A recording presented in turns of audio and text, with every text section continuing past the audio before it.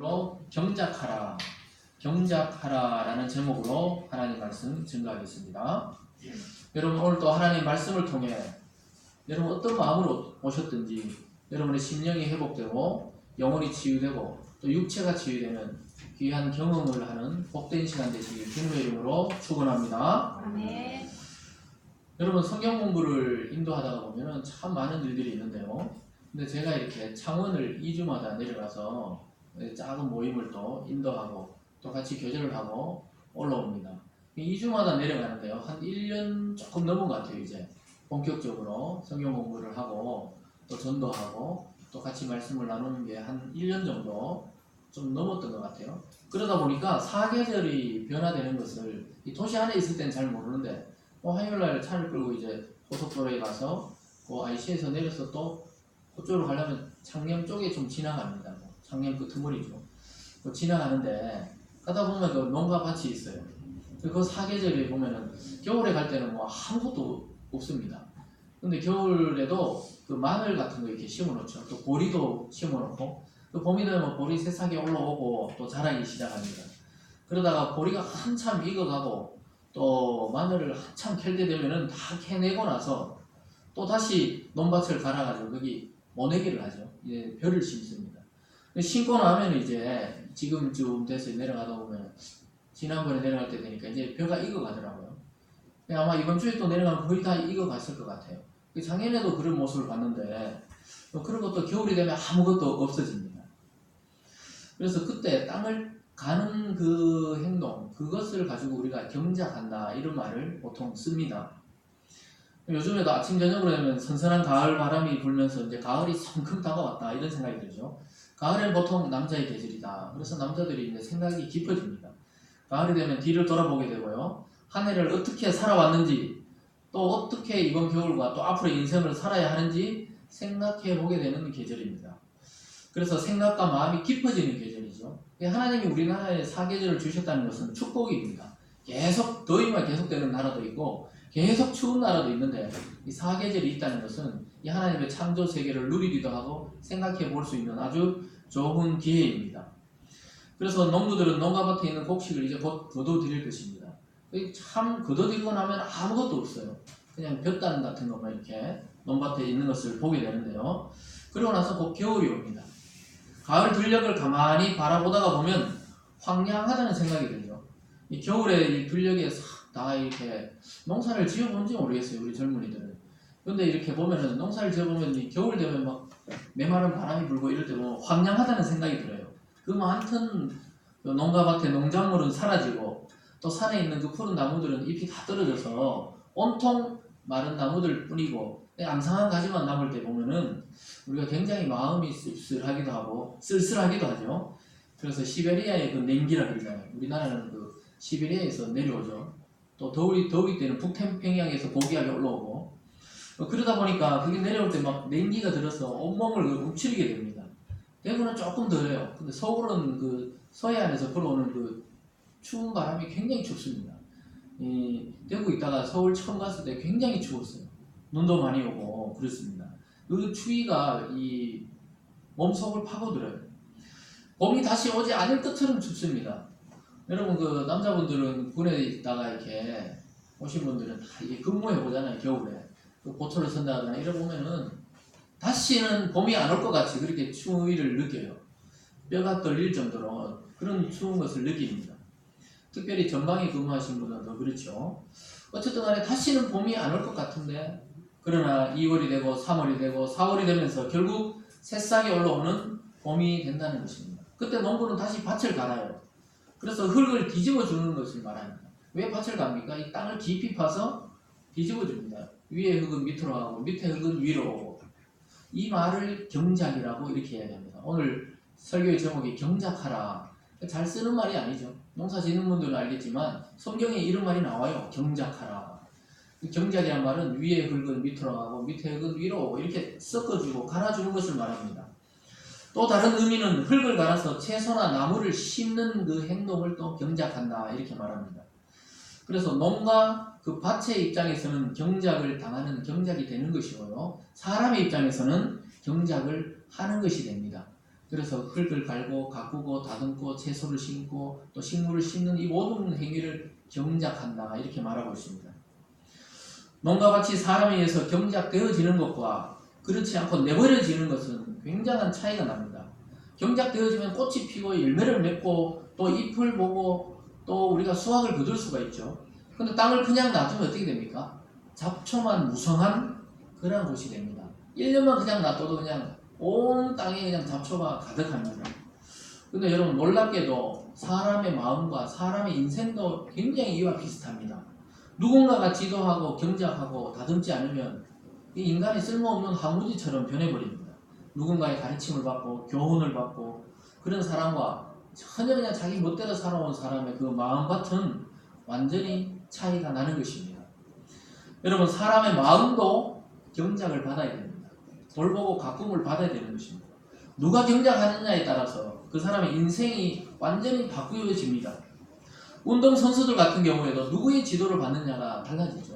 김연아 선수 같은 경우에는 초기에는 우리나라 지도자를 받았지만 나중에는 그 캐나다의 그 챔피언이었던 그 사람의 지도를 받고 오셔 코치의 지도를 받고 세계적인 선수로 성장했던 것입니다. 우리나라 국가대표가 잘하긴 잘하지만은 그동안 국내 감독이 하다 안 되는데 2002년에 히딩크를 불러다가 아무나 막 자기 마음대로 선발할 수 있도록 선발권을 줘놓으니까 인맥 필요 없고 학력 필요 없고 잘하는 놈 뽑아가지고 해놓으니까 4강까지 올라갔습니다. 그러나 그 잘하는 사람이라고 되는 게 아니고 코치와 감독이 그렇게 중요한 거예요. 지도자를 누구를 만나냐에 따라서 기량이 굉장한 차이를 보이는 것을 우리는 보게 됩니다. 여러분의 개인의 인생도 그렇다는 것입니다. 누구를 만나고 인생 가운데 어떤 여자와 남자를 만나고 또 어떤 스승을 만나고 더 높이 가보면 하나님을 만나고 못 만나고에 따라서 인생은 천차만별이 되는 것입니다. 여러분의 마음을 지금 누가 다스리고 계십니까? 자기 자신이 주인이 돼가 그냥 오늘도 내 감정대로 내 마음대로 그냥 생활하고 있습니까?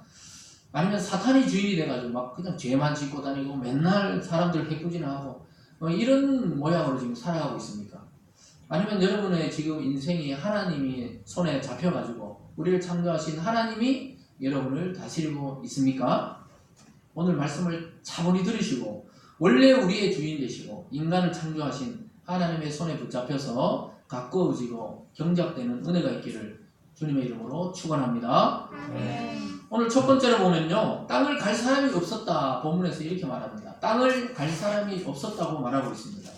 우리가 지난주까지 살펴봤을 때는 창조 7일의 역사를 살펴봤습니다. 모든 만물과 인간을 만들고 안식일도 하나님이 만드셔서 그날을 특별하게 해서 복을 주셨다 이렇게 말했습니다. 그래서 우리가 그날 모여서 이렇게 함께 예배드리는 우리 이 시간 자체가 복입니다. 이 시간 자체가 거룩한 것입니다. 그래서 그날을 거룩하게 하셔서 모든 창조의 일을 기념하게 하셨습니다. 우리가 주일이 없다면 하나님에 대한 인식과 또 예수 그리스도에 대한 그 감사가 지금처럼 이렇게 높지는 않을 것입니다. 이 주일이 있기 때문에 주님을 기억하고 하나님을 기억하고 창조자를 기억하는 날이 되는 것입니다. 또 나는 누구인가를 생각하게 되는 날이 되는 것입니다. 그래서 오늘 보면은 그 2장으로 넘어오면은 창조가 끝났는 것 같은데 또다시 무슨 창조를 하는 것 같이 여겨집니다. 이것은 바로 구체적으로 창조의 한 날을 설명하고 있는 것입니다. 그래서 2장에서는 인간 창조에 대해서 자세하게 오늘 설명하고 있습니다. 구체적으로 하나님이 어떻게 창조했고 또 어떤 일을 맡기셨고 또 어디에 살게 하셨는지를 알게 하십니다. 여러분 지으신 사람을 위해서 특별한 장소를 오늘 만들었다 이런 장면도 나옵니다. 땅과 하늘을 만드셨지만 그것은 아직 겨울날의 그 밭처럼 황량하기 그지없었습니다. 왜냐하면 그 땅을 맡아서 관리할 사람이 없었기 때문입니다. 하나님이 직접 하실 수도 있는데 굳이 어떤 한 존재를 만들어서 이렇게 땅을 갈고 다듬게 만들었습니다. 하나님이 만드신 이 만물을 다스릴 사람을 만들기 전에 이 땅의 모습을 오늘 보여주고 있습니다. 풀과 나무와 채소도 없었다고 이야기합니다. 1장에서 보면 하나님이 그런 거 다 나오게 했다고 말했는데도 불구하고 이 사람의 창조를 설명하면서 그걸 관리할 존재가 없었다고 이야기하고 있습니다. 왜 인간을 창조했는지 구체적으로 설명합니다. 오늘 본문 4절부터 6절까지를 우리 모두 함께 읽겠습니다. 4절입니다. 시작! 이것이 천지가 창조될 때 하늘과 땅의 매력이 여호와 하나님이 땅과 하늘을 만드시던 날에 여호와 하나님이 땅에 비를 내리지 아니하셨고 땅을 갈 사람도 없었으므로 들에는 초목이 아직 없었고 밭에는 채소가 나지 아니하였으며 안개만 땅에서 올라와 온 지면을 적셨더라. 하나님 인공이 창조할 때 하늘과 땅에 내려 출발이다 이 말이면 출발이 이랬다. 하나님이 땅을 만드시고 하늘을 만드셨는데 땅에 아직 비를 내리지 아니하셨고 땅을 갈 사람이 없었다 이 말이 경작하다 이 말이죠. 그러니까 경작할 사람이 없으니까 초목도 없고 밭에 채소도 나지 않고 안개만 땅에 올라왔다는 게 온 지면이 물로 그냥 가득했다 이 말입니다. 우리가 1장 천지창조에서 조금 살펴봤죠. 그걸 구체적으로 지금 설명하는 것입니다. 하나님은 천지를 창조하시고 이 땅을 관리할 사람을 만드시기로 이미 작정하셨다는 사실을 알 수 있습니다. 아무 갈 사람이 없었다는 게 사람을 만드시기로 작정했구나 이걸 알 수 있는 대목입니다. 그래서 하나님은 이 땅을 갈고 가꾸고 경작할 존재로 사람을 지으셨습니다. 사람이 할 일이 뭡니까? 하나님이 만드신 이 세계를 관리하고 가꾸고 경작한다. 따듬고 보호한다. 이런 존재로 만드신 것입니다. 하나님이 자신이만 할 수도 있는데 왜 이런 존재를 만들었을까요? 왜 하나님이 직접 다 하실 수 있잖아요. 동물을 관리하고 지구를 관리하고 우주의 원리를 그냥 하나님 마음대로 조건대로 돌리면 되는데 왜 이 인간을 만드셨을까요? 그 숙제입니다. 그걸 알아내는 것이. 왜 하나님은 친히 자신의 생명의 기운, 자신의 영혼을 거기에 불어넣으셔서 하나님이 가진 능력과 굉장히 비슷한 능력을 가졌어요. 그 인간은 처음 창조될 때 하나님과 비슷한 수준으로 만들었습니다. 오늘 본문에 나오고 또 나중에 살펴보지만 선악과에 대한 그 이야기 외에는 모든 걸 할 수 있도록 만드신 존재가 바로 인간입니다. 여러분 인간은 굉장한 존재예요. 하나님과 가까워지고 하나님의 능력을 덧입을 때는 하나님 수준의 능력을 발휘하게 되는 존재로 만들었습니다. 그래서 하나님은 그 하나님의 지혜로 다스리고 가꾸고 경작할 수 있는 존재인 인간을 만드셨어요.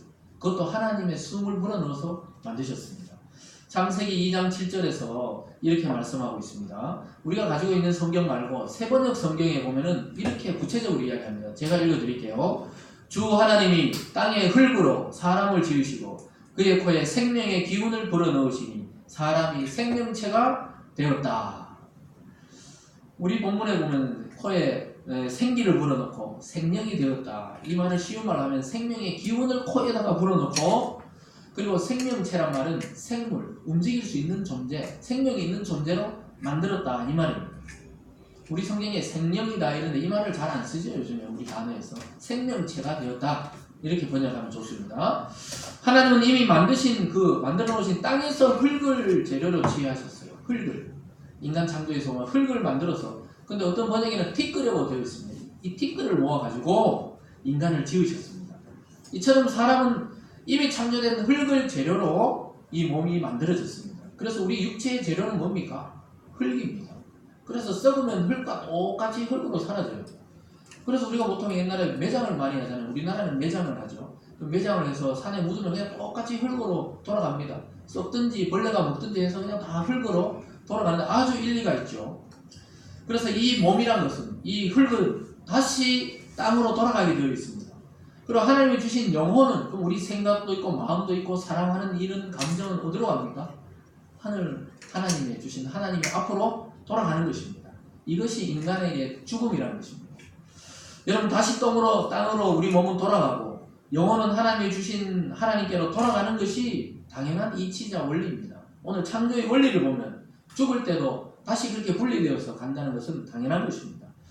따라서 여러분 이 땅에 사는 동안 흙인 우리들도 하나님의 경작을 받아야 되는 존재라 이 말입니다.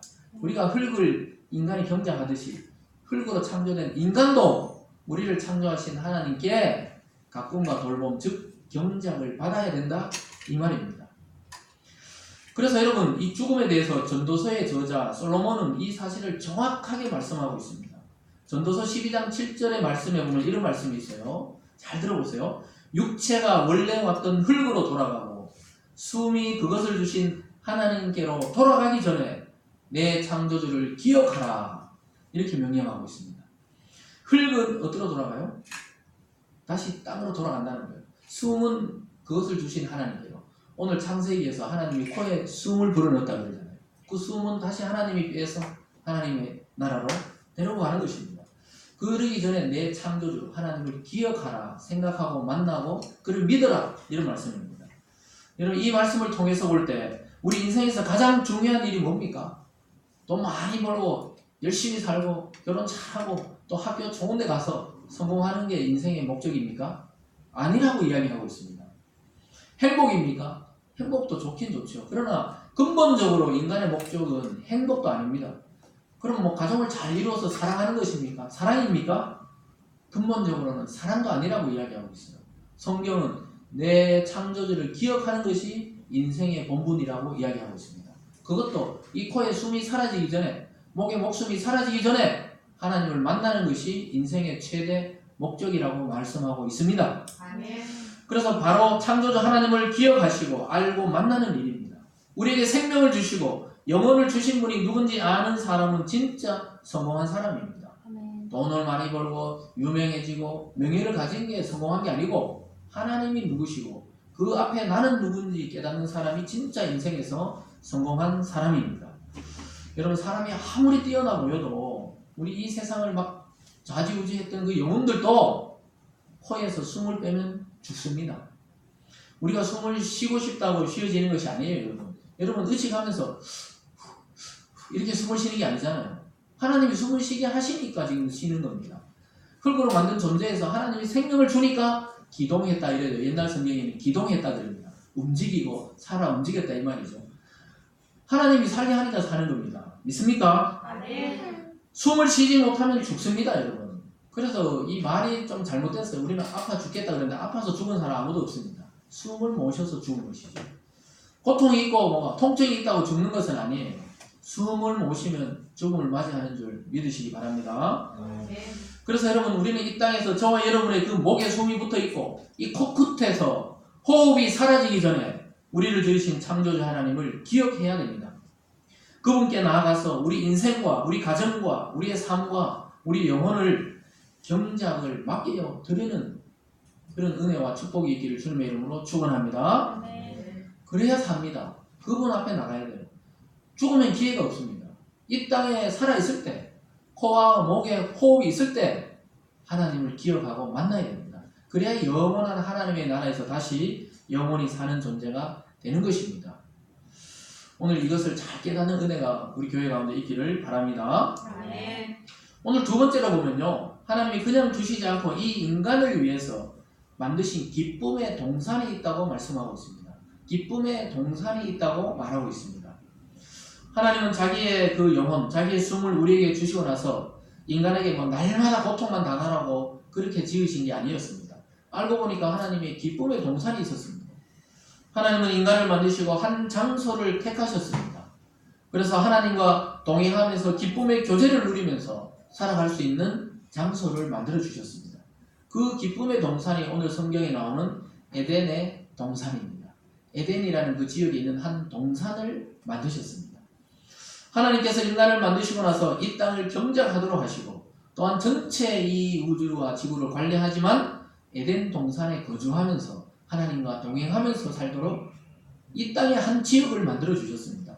오늘 8절 말씀을 함께 읽어볼까요? 여러분, 본문 8절 말씀을 읽겠습니다. 시작. 여호와 하나님이 동방의 에덴에 동산을 창설하시고 그 지으신 사람을 거기 두시니라. 아멘. 하나님을 인간을 만들어 놓고 남자 여자나 창조하시고 흙으로 만들고 자기 영혼을 부여하시고 나서 네 맘대로 이제 막 살아라 한 게 아니고 어떤 지역을 만들었습니다. 동방의 에덴이라는 지역의 동산, 영어 성경에는 가든이라 되어 있어요. 정원이라고 되어 있습니다. 정원이란 말이 더 의미가 있을지 있어요. 이 동산이란 말은 우리 좀 언덕 이런 말인데 영어로 가든은 평평하면서 그냥 아름다운 정원을 만들어서 거기서 만들고 거기에 하나님이 다 데려가서 거기에 두셨습니다. 에덴이라는 의미는 원어적인 의미에서 기쁨, 희락, 즐거움 이런 것을 뜻합니다. 여러분, 이것은 우리가 알고 있듯이 천국의 세계하고 똑같죠. 기쁨과 희락과 하나님과 화평을 누리는 세계, 이 천국과 에덴의 의미는 굉장히 똑같습니다. 근데 여러분, 환경의 문제가 아니고 하나님이 그것에 함께 계시기 때문에 기쁘고 즐겁고 또 희락이 있고 화평이 있는 것입니다. 아멘. 무슨 말인지 따라왔습니까? 아멘. 하나님이 그 동산을 정해놨다고 기쁜 게 아니고 하나님이 그곳에 함께 있기 때문에 기쁘고 즐겁고 또 희락이 있는 동산이 된 것입니다. 그래서 우리 찬송가에도 그런 말 나오잖아요. 찬송가 438장에 보면 내 영혼이 은총 입어 중한 죄짐 벗고 보니 슬픔 많은 이 세상도 천국으로 변한다. 이렇게 되어 있어요. 아주 의미 있는 말씀입니다. 이 땅은 뭐라고요? 슬픔 많은 곳이라 이 말입니다. 그런데 우리 주님과 동행하면 어떻게 된다고요? 천국으로 화하도다 이 말은 변한다. 여러분 주님 모시면 어디든지 천국으로 변하는 것입니다. 그 찬송가 3절에 가보면 이런 말씀이 나와요. 높은 산이나 거친 들이나 초막의 산이나 궁궐의 산아 내 주 예수 모신 곳이 그 어디나 하늘나라. 주님 모시면은 그 어디나 하늘나라라고 말씀하고 있습니다. 내가 뭐 들판에 텐트를 치고 살든 아니면 큰 궁궐 안에 살든 하나님을 믿는 자는 거기가 바로 천국이라고 말하고 있습니다. 오늘 본문에서 보면 거기가 바로 에덴의 영광을 누리는 곳이다 이 말입니다. 이 지상에서는 지금 교회 공동체를 하나님이 그렇게 만드셨습니다. 교회 오면 해결이 됩니다. 다시 마음이 새롭게 돼요. 말씀 들으면 생각의 변화가 옵니다. 그 찬송가 후렴구에서 이렇게 계속 반복하죠. 주 예수와 동행하니 그 어디나 하늘나라. 주님과 동행하는 여러분이 되시기를 바랍니다. 그러면 여러분의 가정이 천국이 되고 우리 교회가 천국이 되고 또 주님과 동행하는 지역과 도시가 천국이 되고 그런 나라가 있다면 그곳이 바로 하늘나라가 되는 것입니다. 또 여러분 개인적으로 또 주님과 동행하시면 여러분 마음이 이미 천국의 기쁨을 누리는 것이 되는 것입니다. 오늘 여러분 마음 모두 주님을 모시고 하나님과 동행하는 그 천국의 기쁨을 누리는 마음들이 되시길 주님의 이름으로 축원합니다. 그래서 한 동산을 일단 만드셔서 거기 사람이 살 수 있도록 배려해 주셨습니다. 그 에덴 동산에 보면 각종 아름다운 나무들이 있고 먹기 좋은 열매를 또 만들어 두셨습니다. 또 에덴 동산에서 강이 하나 흘러나와서 거기서 온 세상으로 흐르는 4개의 강이 흐를 수 있도록 하나님이 만들어 주셨습니다. 강이 거기서 흘러나왔다는 것은 에덴이 생명의 근원지다 이 말입니다. 그곳에 하나님이 계신 곳에 가야 생명이 있다는 것입니다. 여러분 우리가 하나님께 가고 주님을 통해서 하나님께 나갈 때 영원한 생명을 얻게 되는 것입니다. 그래서 우리 주님이 이 땅에 왔을 때 나는 길이요 진리요 뭐라 그랬죠? 생명이라고 했습니다. 요거는 외워놔야 되죠. 다른 거는 모든 구절을 잊어버려도 주님이 예수님이 나의 길이면서 진리면서 생명이 된다. 그 생명으로 가는 길이지만은 또 예수님 자체를 먹고 마시면 영원한 생명을 누리게 되는 것입니다.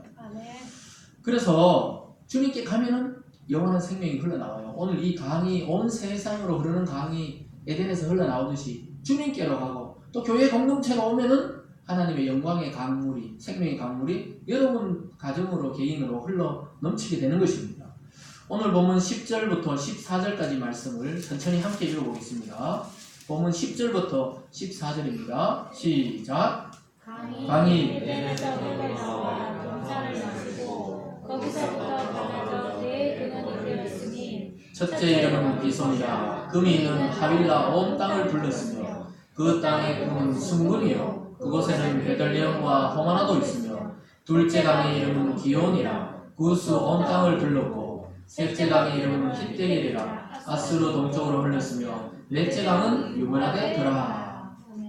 여기 4강이 나오죠. 비손과 또 기온과 힛데겔과 유브라데가 나오는데 지금 기억하는 건 우리는 유브라데 강밖에 기억이 안 나죠. 이 당시 이름이 많이 바뀌고 유브라데 강은 지금도 남아있죠. 그 이름을 왜 이렇게 지명을 구체적으로 써주셨을까요? 그것은 바로 에덴 동산이 상상의 동산이 아니고 하나님이 직접 동행하면서 인간을 만들어 놓고 거주하게 했던 땅이 있었다는 것입니다. 이걸 지금 영적으로 해석해보면요 교회 공동체가 에덴입니다. 이 땅 어디에도 이런 말씀을 들을 곳이 없잖아요.